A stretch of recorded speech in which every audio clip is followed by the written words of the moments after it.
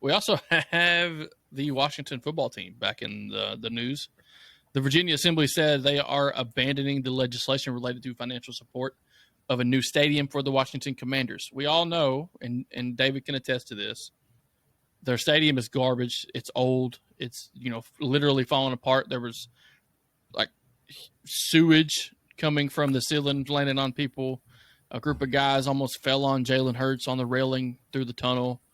There's too many pending issues with the organization to proceed with legislation. An announcement comes 2 days after defensive coordinator Jack Del Rio opened that big mouth of his and makes comments about standards related to the Black Lives Matter protests and the January 6th insurrection. He was fined, how much was it? $100,000, $100,000. Fined head coach. Yeah, Ron Rivera, a minority himself. Come out and, I wouldn't say in support, but, there are standards to uphold when you're in a public position.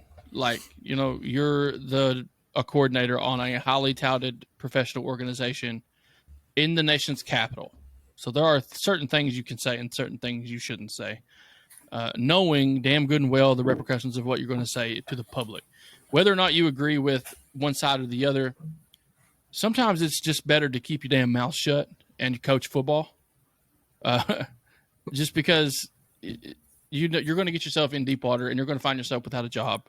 You're hurting yourself. You're hurting your image. You're hurting your view from the public. This country is so divided one way or the other. It doesn't matter what you say. There's going to be somebody that disagrees with you, and that's okay. But in the end, you're there to coach football. I don't want to say you can't be involved in political, talk, but, OTAs, mini camps, things like that. We don't want to hear about that. We want to hear how the football team's doing. What are you doing to help them guys reach the playoffs? That's what we want to hear. And I don't want to be one of those guys that says, shut up and dribble, because there are certain aspects of, society today that needs to be hit on by people with that platform. But, sometimes it's best to just keep your damn mouth shut and coach, or keep your damn mouth shut and play. Yeah, this is the beautiful, beautiful evil of social media. Everybody has their soapbox.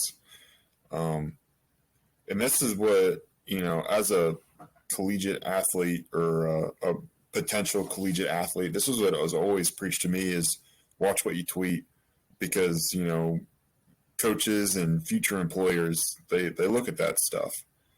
And it's just kind of funny how many times has probably Jack Del Rio said that to a bunch of rookies. Yep. Watch what you say. Keep your opinions to your group. Don't put it out there. And here you go. And he goes out and, he's the number 2 face of number 3 face, Dan Snyder, Ron Rivera, Jack Del Rio. I mean, the guy's a former NFL coach, and it's just the thing is he should know better. And that's the disappointing part. He can think that. Absolutely. He has every right to think whatever he wants to. But he knows that he is, whenever he speaks, everybody's looking at that W on the top of his cap. They're not looking at Jack Del Rio. Yeah. They're looking at the Washington Commanders. And that's just that's pretty much, I think, all you can say about it. It's just unfortunate. And what he, I'm sure he understands this, and he sent out an apology or whatever. But those are always bullshit. What he needs to understand, and what other people like you and I need to understand, is when you are representing the Washington Commanders, who have already been in deep crap the entire offseason with Dan Snyder, and then you have the stadium finances going all to hell, but you're bringing more negative attention to a program or an organization that already has enough of it. Golly. That you're a distraction at that point. You can't do that. And it's just, the same goes for anybody else in any other type of occupation. If you're in let's say, I'm a teacher, for example. If I'm going to get on Facebook and run my mouth about how I'm not getting paid enough, that's a bad look. No, I don't get paid enough, but that's not the reason I became a teacher. Would it be nice to be compensated for my job? Yeah, it would. But sometimes things just don't work out the way the way you want them to. You can You can wish in one hand and shit in the other, see which one fills up faster. You know what I'm saying? Yep. That's always something my dad used to tell me. You can sit and wish all you want, and if you want more money or want other things, got to go do more for it.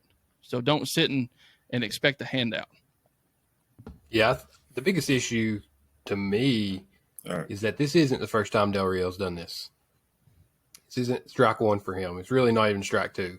Maybe there's a statute of limitations on it. But when he was with the Raiders, I think as head coach. Of course, the Raiders. Right around the time Kaepernick took a knee. And his comments on that were, and agreed, the league at the time, I don't think had the correct response as a whole. Pretty critical of that decision by Kaepernick. But he was one that was like, it's never even been an issue. It's expected. We don't have to address it. Everybody's going to stand, and that's what it is. And that didn't go over well. Again, however you feel on that topic, that's not the one-sided dictative message you want coming from the leader of your franchise.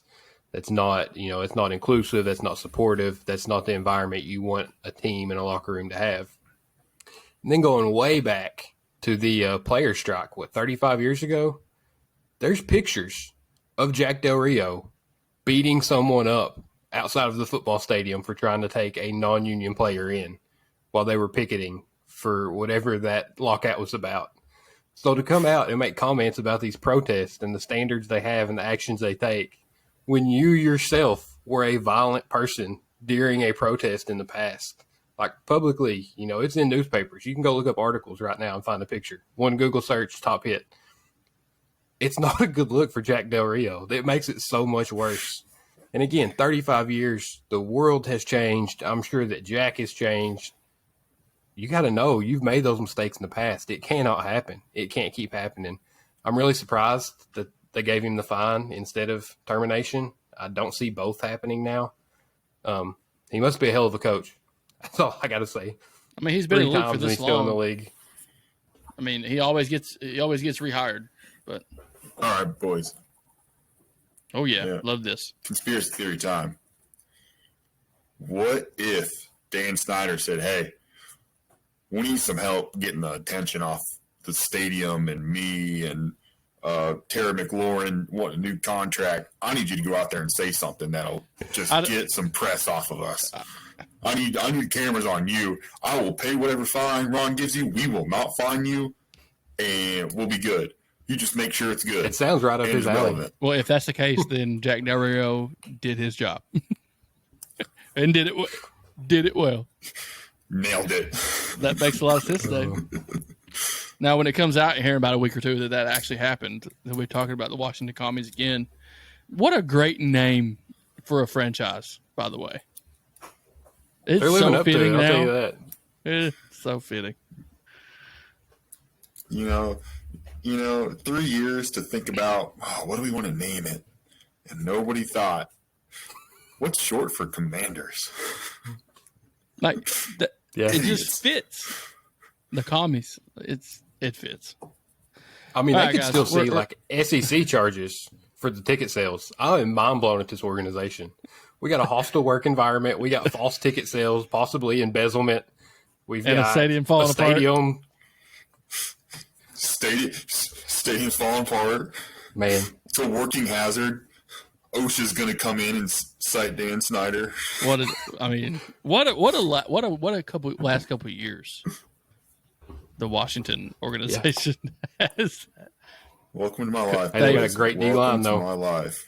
They do. They draft well. Hell yeah, they do. Let's hope Chase.